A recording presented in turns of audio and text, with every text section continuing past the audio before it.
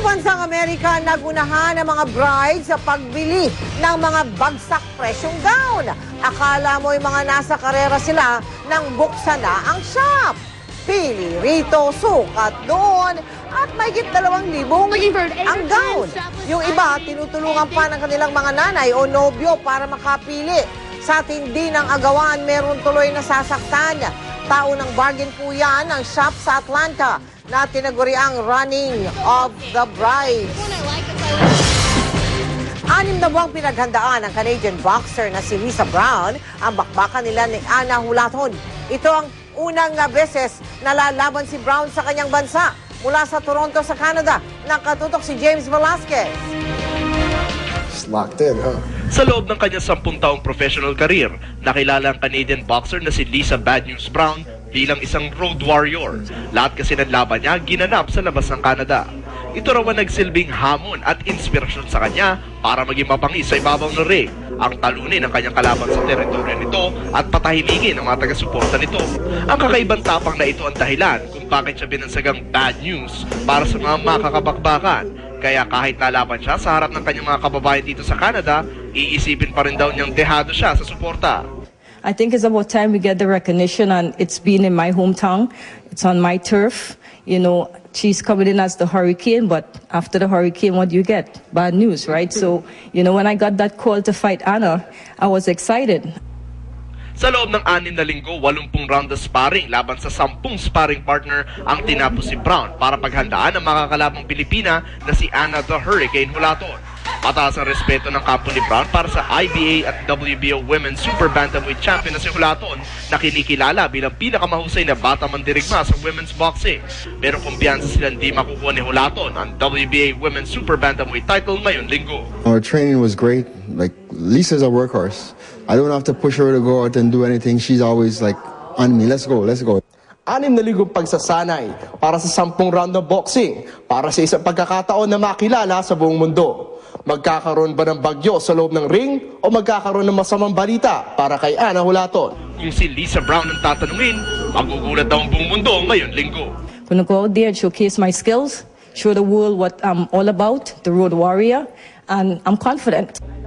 Mula sa Toronto, Canada, James Velasquez sa Katutok, 24 Oras.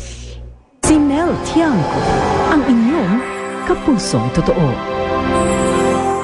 Sa mga donors, sponsors at iba pang sumusuporta sa Kapuso Foundation, buong galak po namin pinaalam sa inyo na nagsimula na po ang palistahan para sa ating proyekto sa Metro Manila na tinaguriang unang hakbang sa kinabukasan. At pati sa mga lalawigan, pinaghahandaan na rin ang gagamitin ng mga magsisipag grade 1. Sa mga nagpalista, ibabase ang bilang ng mga magiging grade 1 beneficiaries ng unang hakbang sa kinabukasan para sa school year 2010-2011. Isang social hall na punong-puno ng mga magulang at magsisipag grade 1 ang bumati sa amin sa East Central Elementary School sa Dagupan sa Pangasinan. Gaya ng mga naroon, maagap din na ipinalista ni Ramona ang anak para mapabilang sa mga mabibigyan ng libreng gamit pang eskwela sa darating na pasukan. Ayon sa principal, hindi lahat ng mga nagpalista ay nakatuntong sa kinder. Ibig sabihin, may ilan sa kanila na unang beses palang makatutuntong ng eskwelahan sa darating na pasukan. Yung sobra po doon, ito yung mga tinatawag natin mga bata na hindi napapasok ng mga magulang dahil sa kahirapan. So ngayon inavail nila yung program ninyo. Baha lagi dito, hindi lang sa Undoy sa Pepeng, but kung high tide, talagang baha na hanggang above the knee. Kaya nahihirapan mga bata at minsan yung mga guro. Kung ang East Central School, unang pagkakataon pa lang na makakatanggap ng gamit mula sa proyektong unang hakbang sa kinabukasan, sa Lucaw Elementary School, 3 beses nang ginaganap ang palistahan. 2 lamang, sina Ergeline at Julie, sa mga mapapalad na magulang na naging katuwang ng GMA Kapuso Foundation para makapag-aral ng maayos ang kanilang mga anak sa tulong ng unang hakbang sa kinabukasan.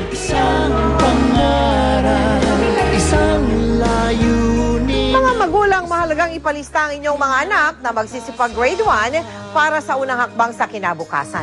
Nakapaskil na po sa mga piling paaralan sa Metro Manila at maging sa Dagupan sa Pangasinan ang schedule ng palistahan. At sa mga nasa iba pang lalawigan, abangan ang palistahan ngayong linggo sa mga piling paaralan sa Luzon, sa Visayas, at sa Mindanao. Samantala, sa mga nais maging katuwang sa proyektong unang hakbang sa kinabukasan, magsadya po sa aming tanggapan Lunes hanggang Biyernes o kaya ay magdeposito sa aming mga bank account, maaaring mag-donate sa www